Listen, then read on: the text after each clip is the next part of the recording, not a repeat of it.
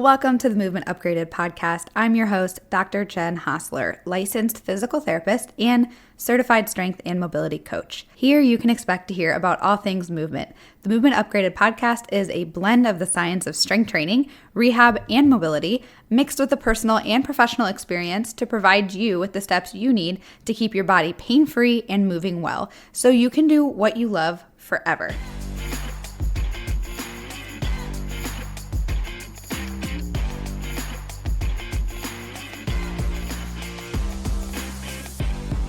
Hi, welcome back. We are answering a question that I get all the time. This is like one of the top questions. I honestly kind of sometimes feel like I always laugh when I say that because it reminds me of the people on social media who like make fun of influencers and they're like, so a bunch of you are asking and there's like nobody asking.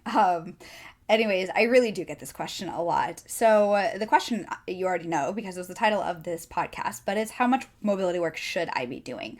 Obviously, the answer is it depends, and that's the end of the podcast.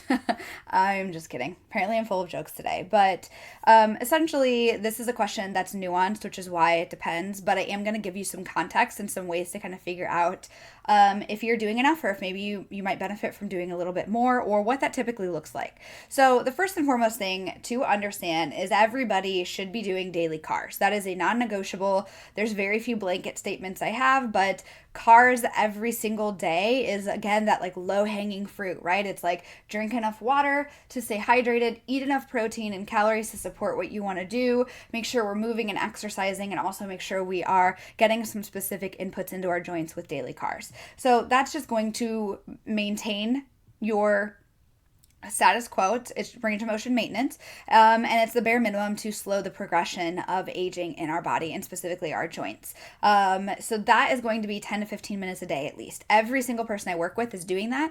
And when I work with people, I usually the cars, starting them is like a big task, and it feels like that's their mobility work. And if that's you, that's totally fine. That's just where you are. But just know that like eventually the goal is to look at cars as a separate entity, kind of. So it's just to understand that cars is like this non-negotiable, and that if you actually have other mobility related goals, because you're chronically injured, you have a nagging thing, or you would just like to improve your performance, that cars is not really like enough, kind of. So your cars are just kind of a given, and then we're going to add other things on top of that. So more mobility work than just cars is going to be required mainly in two scenarios. One, if you have a goal that is mobility related. So if you know that you just want to feel more comfy at the bottom of a squat, or you want to feel like you have a better overhead position, your goal is improving performance, you want to be faster, you want to be more mobile, have more physical freedom, that is going to be meaning that you need more mobility, right? Like that's kind of obvious. Then you're going to need more mobility training. Also, if you're somebody who has a nagging issue, if you have a nagging issue or an injury, you're just going to have to do more mobility work. You're going to have to do stuff if you want to tackle it, by the way. So if you're listening to this and you're like, I don't want to do that, that's fine. I can't convince you. If you want to, though, tackle that nagging injury, you're likely going to have to do some sort of mobility work. Or you might need to do some other things. We might talk about lifestyle things because pain is complex, but you probably need some sort of very specific mobility work or tissue work and exercises, which means you have to do more than somebody else, right? So those are going to be the times when we need to do more mobility work. If your goal is like ultimately just longevity and feeling good in your body, you're going to want to do mobility work, and how much you need to do is going to depend on your experience. So if you are like, I want to just like feel good, right? Your like ultimate goal is health. I want to mitigate aging effects, and I just like want to feel good. That's kind of a mobility. There's a mobility goal there. I would if I were to work with you, I'd say, like, let's get more specific because you can't work on everything all at once. But if you want a few things to work on, go check out the last episode because I gave you 3 things I'd like to see more strength training programs. They'll give you the most ROI for your time to start. But if you are somebody who's like, my goal is ultimate health, how much mobility work should I be doing?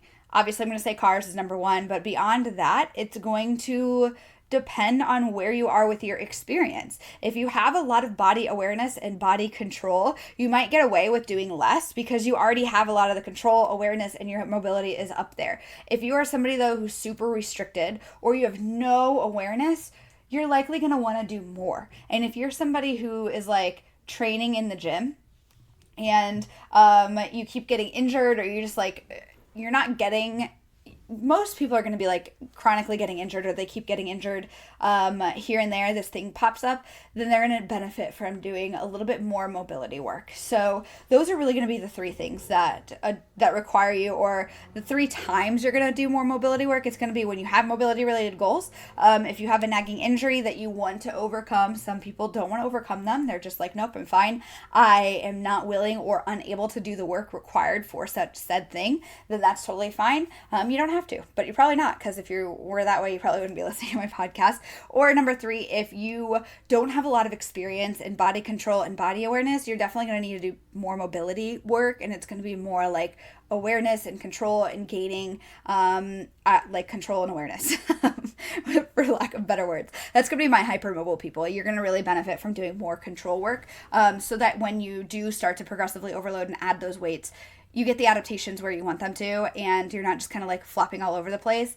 My hypermobile people are going to know what I mean when I say that, because that's what you feel like sometimes. I know, because a lot of you say that to me, and I felt that way too. So most people that I work with obviously are doing their daily cars, and then they are doing around 20 to 30 minutes of mobility work in addition. So that's an estimate. And then a lot of them eventually are going to be doing a few exercises in their strength training program. So my ultimate goal with most people that I work with is to get them strength training. If they're not already, I write a lot of strength training programs for my clients. They usually seek me out because they want to strength train, or they listen to my podcast or consume some of my information. They're like, hey, I've actually wanted to learn to strength train, but I don't really know how. Like, can you help me with that? And I'm just like, I love it. It's great because of all the reasons that strength training is important for us, right? And so because of that, I'm usually incorporating additional mobility exercises on top of their regular daily exercises that they're doing, which are usually like stretching, or like if they need stretches, or they're going to be doing some sort of control work where it's like a variation of cars. Maybe it's like hinge point training for their spine, but it's usually getting them more control and awareness. And or sometimes they need tissue remodeling, which is more of the rehab side, like me trying to get more a better tissue quality. So it's something that's overlooked a lot in mobility training, is we don't realize that like sometimes the goal is actually tissue remodeling, which is just meaning or trying to communicate with the cells to lay down healthier collagen rather than like fibrotic or scar tissue, which is just like all a mangled mess. And once the healing process starts in after any sort of injury, that's definitely going to be something we want to do, because if we don't give information to the cells and tell the cells how to lay down healthier, strong collagen, it will be laid down in a mangled mess. And that's what scar tissue is. It's just a mess. And scar tissue and fibrotic tissue tend to be less pliable, so they don't stretch very well, which means now we have areas where that attaches to the healthier tissue, and that can create a high risk for injury down the road. And also, when we have more scar tissue, it tends to be a little bit more sensitized and painful. So also that puts you at risk for pain in the future. And I think a lot of the reasons that we have issues of people re-injuring something over and over and over again is a lack of specificity in training the actual tissues. Dr. Andre Spina in FRC talks about this a lot, but this is something that I always prioritize when I'm first working with people. So some of my clients, if they're in an acute injury, will definitely be doing some sort of work that's giving information to those cells. Force and movement is the language of the cells, so that's how we tell the cells what direction and how to lay down healthier collagen. So if you're listening to this and you're a client of mine, you're like, or a patient of mine, I didn't even know that's what I was doing. Now you know. So that is going to be typically how I work with people. So starting out, we're going to have more awareness. So if you're like new to mobility, your goal is more awareness. You have to learn how to control things, because if I start giving you more complicated exercises, you're just going to reinforce compensations. And that means that the adaptations aren't going to be exactly where we want them to be, which defeats the purpose, right? We're getting really specific with mobility work. That's like a key part of it, is specificity. So we're always going to be doing tons and tons of reps and regress exercises to build awareness, to make sure we're doing what we need. Then from there, we'll progress. We might add in some stretches, right? Because even in stretching, you have to have a baseline level of awareness, or you'll just kind of fall into where gravity already will pull you. So if we think about what's a good example of this? Basically any movement we do, if you're moving and there's two segments moving and one of them moves really well and the other's really stiff, if you go to bend something, for example, and there's like a part of something that's really bendy and the other part's not very bendy, when you go to bend it and you're not really forcing the direction anywhere specifically, most of the force is going to go to the bendy part. That part's going to bend a lot, the other part's going to resist it. It's going to require more forces to get some deformation in that tissue. It's the same thing in our bodies. So if we don't know how to actively control and prevent movement at the really bendy part so that we can actually direct the force through the less bendy part, then we are going to most likely reinforce the more bendy part. And you might feel a little stretch in the less bendy part just because it's pulling on it, but most of the force and the load is actually going through the bendy part already, right? For a lot of people, that might be the area or the tissue that's painful and sensitive. So that's not good because we're then sensitizing it, making it more sensitive, but also we're just not being as effective, and nobody wants to waste their time, right? You want to be more effective with your time. So that's why a baseline level of awareness and control is really important, even for things like stretching. A lot of people will come to me or they're in my office and they're like, wow, I didn't realize stretching was there was so much to it. And I'm like, yep, it's actually when people say active stretching or whatever, this is what I mean. It's just more control and awareness and actually making sure that you're in a good position where you feel what you need to feel. And we're directing the loads and the forces where we want them to go. So that is going to be where we're progressing, right? So we're adding some stretches. Maybe we're adding some end range options. We're increasing the intensity. We might be just doing some isometrics to build strength and awareness a little bit more. But that's going to be where we're starting to progress. And then from there, as we reach that next level, we're progressing more. We're adding a little bit more load. We might be getting fancier and blending the two of mobility and adding maybe making traditional strength training exercises have a little twist to them.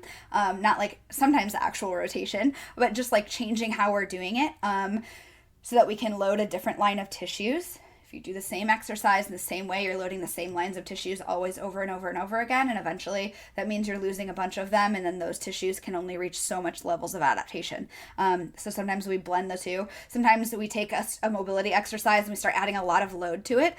So your mobility exercises start to look more like strength exercises, traditional strength exercises, and your strength exercises look a little bit more like mobility exercises, and that's where it kind of gets a little bit more blended. Sometimes that's what that looks like. So that's typically kind of the path that we progress along. So that's really important. The one thing I will say is the longer that I've done this, the more personally that I prioritize mobility work over other things, and the more effective I am basically in everything else that I do. Because again, it makes sense. If you're making every part work as well as it can, it will play nicer together. If I have a shoulder and a shoulder blade and a thoracic spine that all work really well individually, I don't have to work so hard in putting them together. And in fact, I have more options. I can load more things, and I usually can lift heavier too. So it's pretty cool to be able to put those together. So typically the longer people are in it, the more that they want to start to implement more mobility work, but you don't need to be that way right up front. But you're going to feel like you have to put a lot of effort and reps and time up front just because you have to build the awareness. So as you get more experience, you can get more ROI for your time and have to try less and get more results, right? So just keep that in mind. That's the learning process with everything. Once we first learn, you earn. Easy's earned. And I would say mobility is never easy, but your effort will give you a significantly higher ROI with experience and building all of that baseline. So when I'm doing my mobility stuff, I will try to prioritize it a lot, but that doesn't always happen. I go through seasons where I am prioritizing a lot more than others. And I call them seasons. They're just fluctuating situations or circumstances. Life changes things, right? And we're all going to have seasons of lifting and seasons of fitness and seasons of life where we're being really consistent. We have a lot more time versus struggling with consistency and not. So let's go through a couple scenarios of the season you might be in and what your mobility might look like. If you're super busy and barely working out, you might be in a maintenance mode and that's it. So you might just be able to do cars and that's it.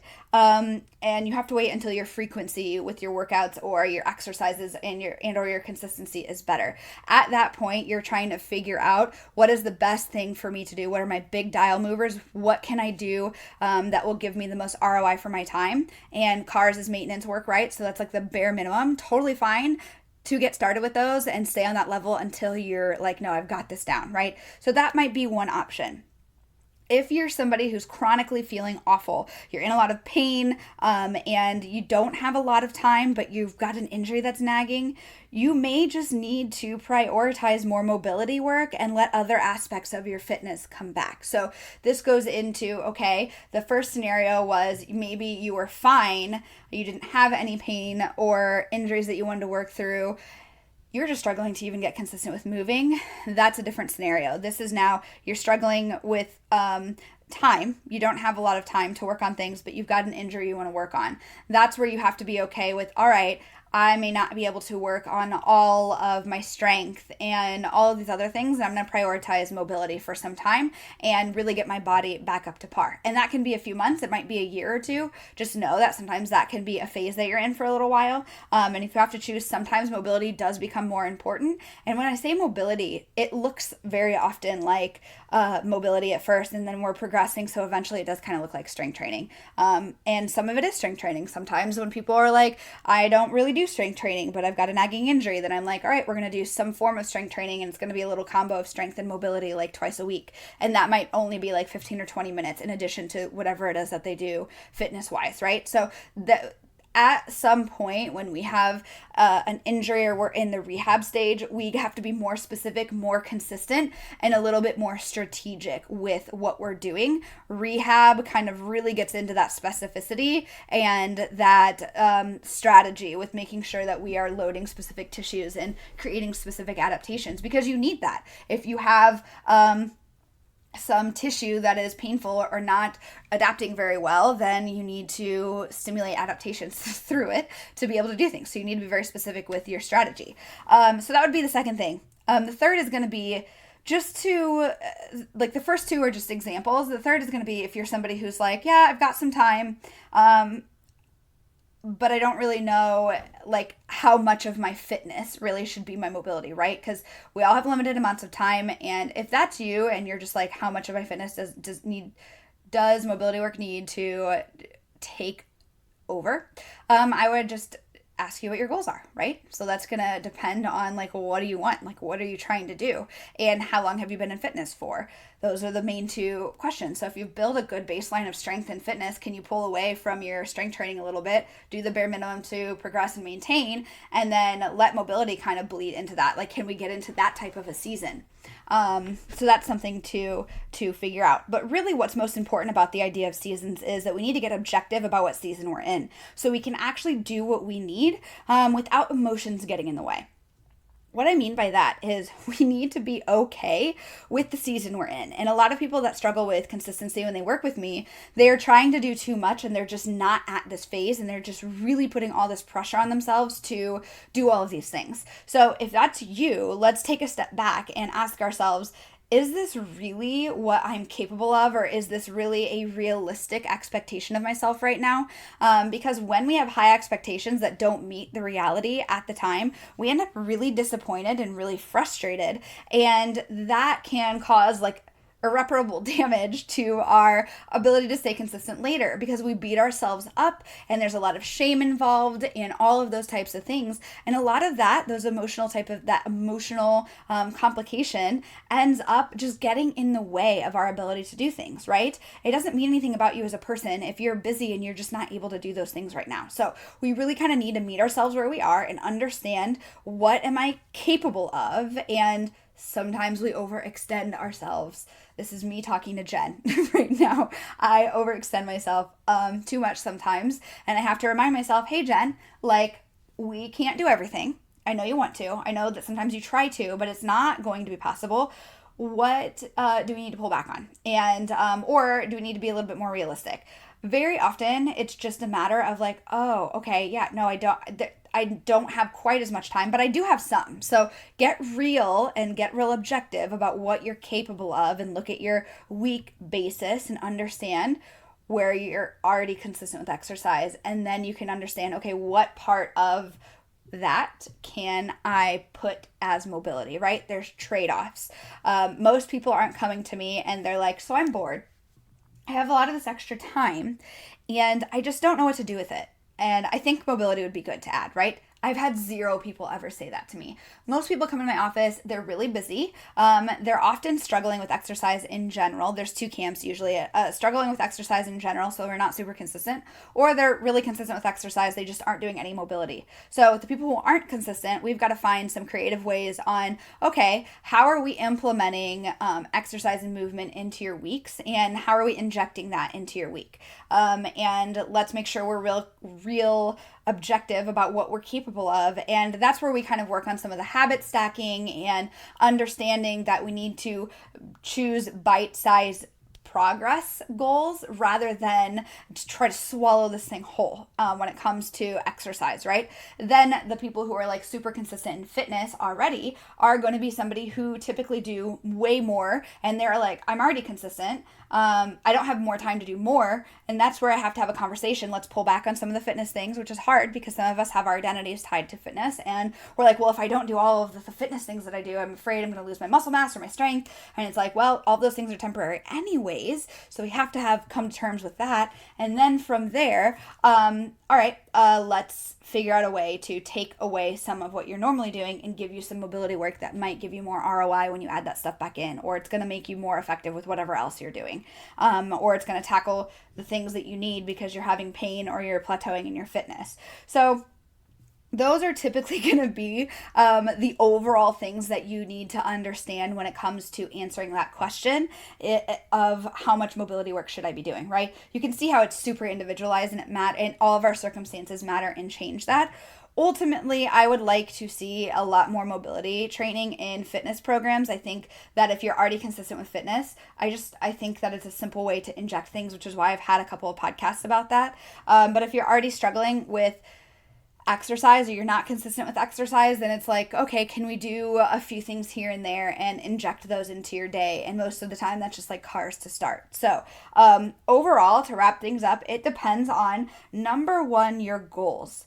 You have to figure out what's important to you and what season you're in and what you can prioritize in that. So we've got to get realistic about our goals, realistic about what's reality, right? And what we think we could do. And by the way, as you gain more experience, you'll be able to navigate and estimate what you're capable of a little bit better. Experience does dictate that. So if you're like, I have no idea and every time I'm wrong, totally fine. You're not going to be right all the time. You've got to gain that experience.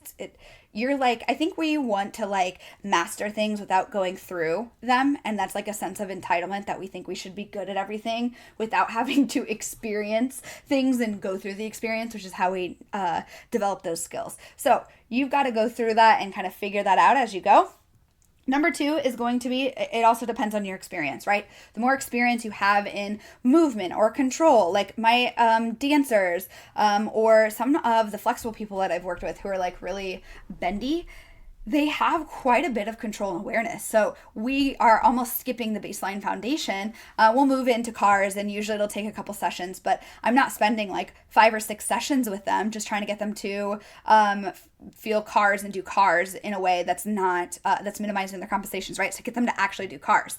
Believe it or not, I take several sessions with people. Sometimes it will take them a year to get spine segmentation. So if you needed a little bit of reality, there's your dose for today. So your experience and where your starting point is with what your control and awareness and mobility is, that determines on how much you're going to need to do. And then 3, your time allotment. So again, that goes back to what season you're in.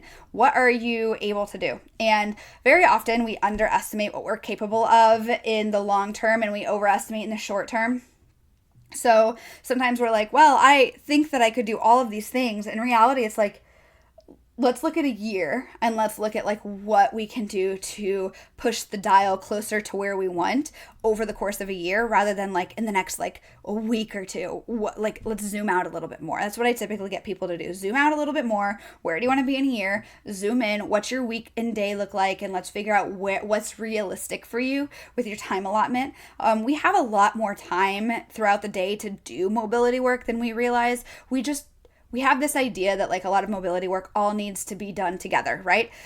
I've had clients break up their cars throughout the day to get them in. I've had clients just do cars all day long whenever they think about them, just to get more in, right? Get more reps and more practice and feel better. If I had my way, everybody would just do cars all the time because they're amazing. But I also have clients who I will have them do. I have a clinician who I'm working with right now, and I told her, hey, while you're in the office, she is a medical doctor, I believe. She's an MD. And I was like, while you're doing your notes, because I know you have a lot of them because that's part of being a healthcare provider, why don't you get into the position for your hip internal rotation stretch? And I showed her how to do that in a seated position while she's typing on her computer. So she's got probably 10 to 15 minutes of notes to do per day.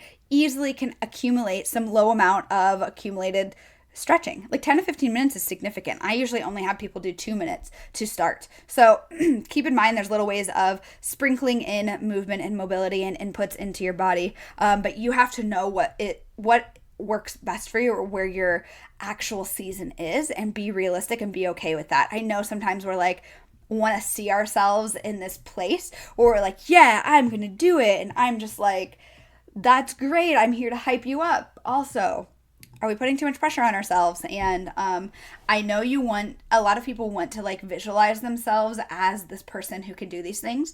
But we really do need to remember who we are at this point, and take, again, those bite-sized chunks to move the needle a little bit forward towards where we're going. So those are going to be some things for you to ponder and think about if you're wondering how much mobility work you should be doing. Hopefully this is a little bit of help. As always, we just start with cars, like low-hanging fruit, right? And then from there, it's just going to depend on all the things that we chatted about. So hopefully that can kind of help you a little bit. My goal is never to shame you for not doing enough, right? We do that a lot in the world of fitness and everything anyways.